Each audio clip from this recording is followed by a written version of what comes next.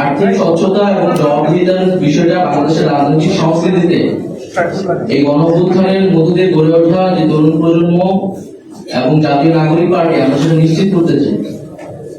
এবং আমরা সেটা কিভাবে করবো সেটার একটা মডেল আমরা কিন্তু আজকে উপস্থাপন করেছি। এই মডেলের ভিত্তিতে হয়তো অনেক আলোচনা আসবে বা সমালোচনা করবো, কিন্তু আমাদের নীতিগত জায়গা হচ্ছে আর্থিক স্বচ্ছতা এবং জবাবদিহিতা। এবং বাংলাদেশের ইতিহাসে একটা 3 মাসের রাজনৈতিক দল হিসেবে আমাদেরকে যতটা প্রশ্নের সম্মুখীন হতে হয়েছে এই বিষয়গুলোতে, আমরা কিন্তু সাধুবাদ জানিয়েছি এবং সেগুলোর উত্তর আমরা দেওয়ার চেষ্টা করেছি। কিন্তু আমরা একই সাথে যাবো যে এই একই প্রশ্ন বা সমালোচনা বা জিজ্ঞাসার জায়গাটা আমাদের অন্য রাজনৈতিক দলগুলোর প্রতি থাকতে হবে। কারণ আমরা যদি রাজনৈতিক সংস্কৃতির পরিবর্তন করতে চাই সামগ্রিকভাবে, এটা কোনো একক দলের পক্ষে কিন্তু সম্ভব না। আমরা একটা ইনিশিয়েটিভ নিচ্ছি আমাদের নতুন দল হিসেবে, এবং আমরা চাইবো যে আমাদের পুরো রাজনৈতিক সংস্কৃতিতে অন্য রাজনৈতিক দলগুলোতেও এই আর্থিক স্বচ্ছতার বিষয়টা আসতে হবে। যদি সকলেই আমরা সেই প্র্যাকটিসটা নিয়ে আসতে পারি, তাহলে বাংলাদেশের রাজনৈতিক সংস্কৃতিতে একটা গুণগত পরিবর্তন হবে। কারণ বাংলাদেশের রাজনৈতিক সংস্কৃতির যে পেশি শক্তির ব্যবহার, যে চাঁদাবাজি, টেন্ডারবাজি, এই সবকিছু কিন্তু মূল জায়গা হচ্ছে অর্থ।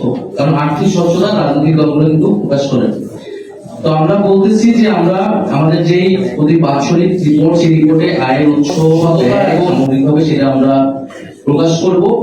এবং নির্বাচন কমিশনের কাছে আমরা যখন রেজিস্ট্রেশন নিতে যাবো, আমাদের এই মাসে সকল কাগজপত্র জমা হবে। যেহেতু আমাদের দল একটা এখন প্রাতিষ্ঠানিক রূপে যাচ্ছে রেজিস্ট্রেশন, আমরা আশা করি আমরা দ্রুত সময়ের মধ্যে পাবো। তাই আমরা আর্থিক যে ব্যবস্থাপনা সেটা আমরা সম্পূর্ণ প্রাতিষ্ঠানিক ব্যবস্থাপনার উপর দাঁড়াতে করতে চাচ্ছি। এবং নির্বাচন কমিশনে আমরা আমাদের সকল হিসাব প্রদান করবো। আরেকটি বিষয় হচ্ছে যে যারা সাধারণ মানুষ জুলাই গণঅভ্যুত্থান থেকে কিন্তু আপনারা দেখেন যে এই গণঅভ্যুত্থান যে একজন প্রশ্ন করেছেন যে আসলে সাস্টেনেবল হবে কিনা।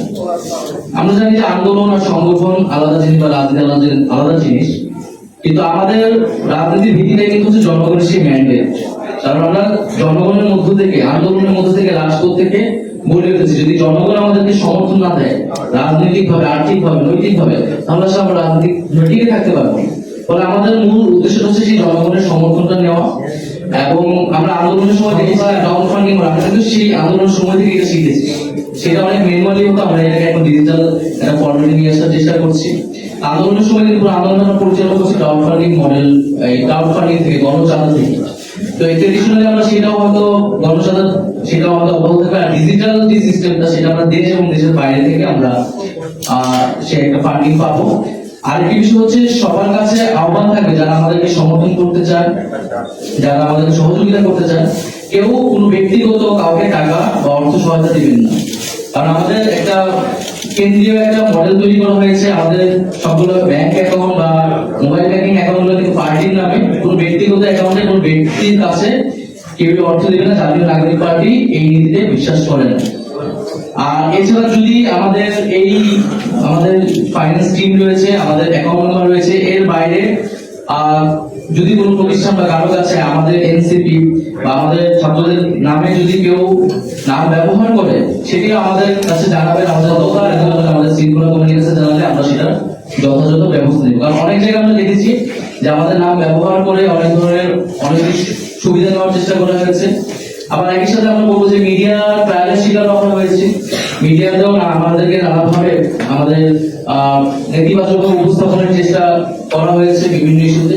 তো আমরা আমাদের জায়গা থেকে সততা এবং স্বচ্ছতা, জবাবদিহিতা নিয়ে এগিয়ে যাচ্ছি।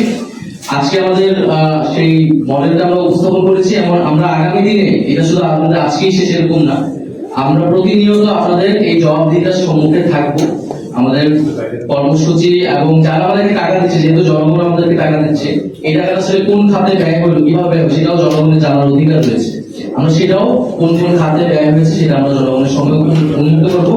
তবে সর্বশেষ আমি বলবো যে আমাদের সামগ্রিক দেশের রাজনৈতিক সংস্কৃতি পরিবর্তন করতে হলে অন্য দলগুলোতেও এই আর্থিক স্বচ্ছতার বিষয়টি নিয়ে আসতে হবে, এবং নির্বাচন কমিশনকে এটার জন্য কঠোর হইতে হবে।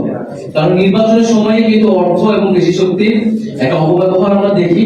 তো নির্বাচন কমিশন সেই কঠোর আইন তৈরি করা এবং সেই আইনগুলো যথাযথ প্রয়োগ করে বাংলাদেশের রাজনৈতিক সংস্কৃতি ইতিবাচক পরিবর্তন আসবে বলে আমরা মনে করি।